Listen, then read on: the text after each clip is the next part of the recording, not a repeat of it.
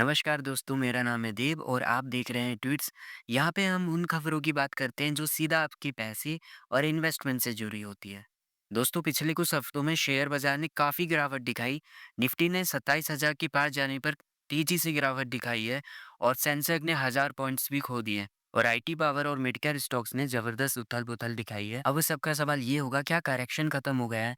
क्या ये एक बड़ी खरीदारी का मौका है या फिर ये किसी बड़े क्रैश का सिग्नल है? सबसे पहले हम बात कर लेते हैं मार्केट की ग्राउंड रियलिटी के बारे में।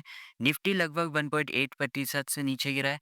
सेंसेक्स लगभग 1.5% से नीचे गिरा है। मिड कैप और स्मॉल स्टॉक्स में 3 से 4% की भारी गिरावट देखने को मिली है। फॉरेन इंस्टीट्यूशनल इन्वेस्टर यानी एफआईआई भारी सेलिंग कर रहे हैं। इस हफ्ते उन्होंने 12,000 करोड़ की शेयर बेच दिए हैं। लेकिन डोमेस्टिक इंस्टीट्यूशनल इन्वेस्टर यानी म्यूचुअल फंड और रिटेल इन्वेस्टर अभी भी बाइंग कर रहे हैं।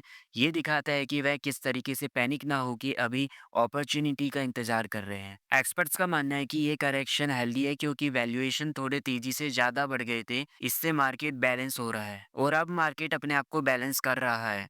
चलिए देखते हैं एक्सपर्ट्स क्या कह रहे हैं इसके बारे में। मोतीलाल ओसवाल का कहना है कि ये करेक्शन एक मौका है हाई क्वालिटी स्टॉक्स में एंट्री लेने का। आईसीसीआई डायरेक्ट का कहना है कि निफ्टी बेस 25,500 से 25,700 बन रहा है और अगले 3 महीनों में ये 28,000 बन सकता है अगर मार्केट में इन्फ्लेशन कंट्रोल में रहा तो। एचएसबीसी की रिपोर्ट के हिसाब से India become most stable emerging market amide global uncertainty. Experts ये भी बताते हैं कि जीडीपी ग्रोथ 7% से ऊपर है, इन्फ्लेशन मैनेजेबल है, कॉर्पोरेट प्रॉफिट स्ट्रॉन्ग है और सरकार का कैपिटल प्रोग्राम फुल स्पीड में चल रहा है। अब सवाल है कि आपको क्या करना चाहिए। अगर आप एक लॉन्ग टर्म इन्वेस्टर है तो अभी आपका टाइम है पेशेंस और डिसिप्लिन में रहने का, क्योंकि पैनिक सेलिंग आपकी ये सबसे बड़ी गलती हो सकती है। अगर एसआईपी कंटिन्यू है और मार्केट नीचे गिरा हुआ है, आप कम दाम में ज़्यादा यूनिट्स खरीद रहे हैं तो ये आपके लिए एक भारी रिटर्न साबित हो सकता है।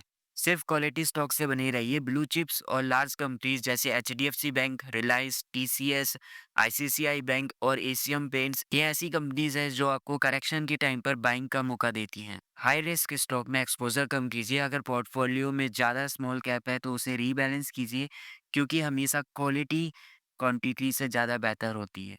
डाइवर्सिफिकेशन भी ज़रूरी है, इसलिए आप अपना थोड़ा पैसा इंटरनेशनल फंड और गोल्ड में रखिए ताकि रिस्क कम हो। और एक इमरजेंसी फंड ज़रूर बनाइए ताकि शॉर्ट टर्म में अगर मार्केट नीचे आए तो आपको लिक्विडिटी की प्रॉब्लम ना हो। एचडीएफसी, आईसीसीआई एंड एक्सिस, ये कुछ बैंक है जो एक अट्रैक्टिव लेवल पर है। अगर आपको निवेश करना है तो आप इन बैंक में कर सकते हैं। डाबर और मारिको जैसे स्टॉक्स में स्टेडी ग्रोथ के चांसेस हैं। आईटी सेक्टर शॉर्ट टर्म में वीक दिख रहा है, लेकिन एआई और क्लाउड एडॉप्शन के चलते 2025 की एंड तक ये रीबाउंड होने की संभावना है। अगले 6 महीने में इलेक्शन होने की वजह से मार्केट की ग्रोथ थोड़ी वॉलेटिलिटी रह सकती है, लेकिन लॉन्ग टर्म में इलेक्शन की ग्रोथ इंटैक्ट है। और हाँ, ये याद रखना कि शॉर्ट टर्म मार्केट इमोशंस पे चलता है, लेकिन long term market fundamental basics पे चलता है। इसी के साथ मैं आपसे अलविदा लेना चाहूँगा। मिलते हैं किसी अनदर वीडियो में। Thanks for watching. Don't forget to hit the bell icon and subscribe this channel.